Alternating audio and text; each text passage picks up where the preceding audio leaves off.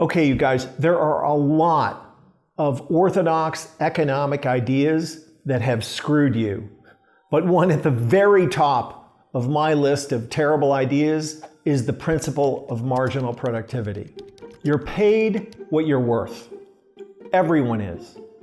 So if you make a lot of money, that's a reflection of the value you provide to your employer. If you're not paid that much, well, that's your fault. It's because your work doesn't create enough value. So go get an education.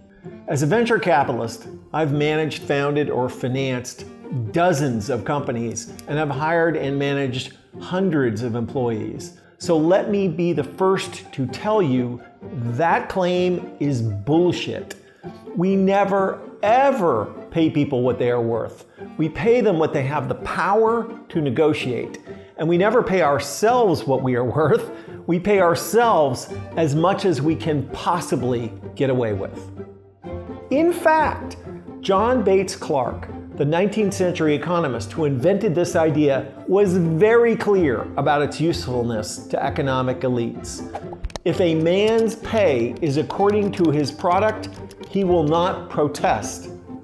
This statement clearly reflects the point of the idea that if workers perceive their wages as a fair reflection of what they produce, they are less likely to challenge their compensation.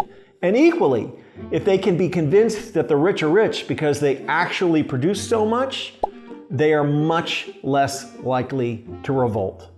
One of the best pieces of data that gives lie to this whole idea is this famous chart showing the divergence between pay and productivity.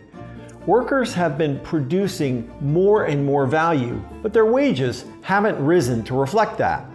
To find out more about this divergence, I spoke to an expert. Income generated by productivity growth can go to basically 3 places. This is it. It can go to typical workers, so like regular folks, highly paid workers like corporate execs, or profits like shareholders and other wealth owners. In the decades following World War II, that's when we start to have really good data. The US economy really thrived. Like productivity growth and pay for typical workers grew in lockstep.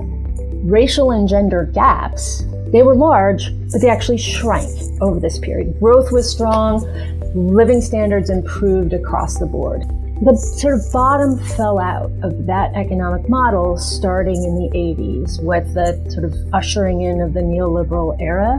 Policymakers tolerated unemployment for very long stretches. It is not true in today's economy that workers are just necessarily paid exactly what they are worth to the firm.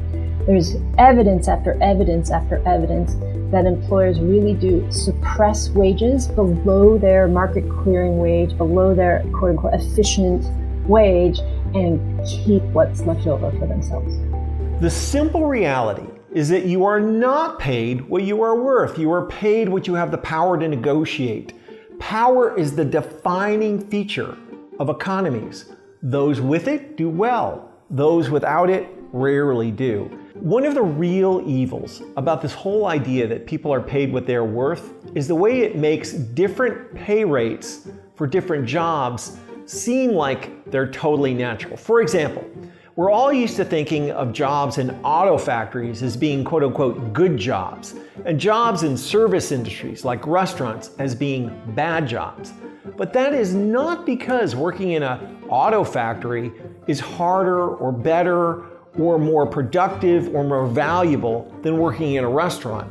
It's simply because auto workers have formed strong unions that boosted their bargaining power and pay, while restaurant workers haven't yet.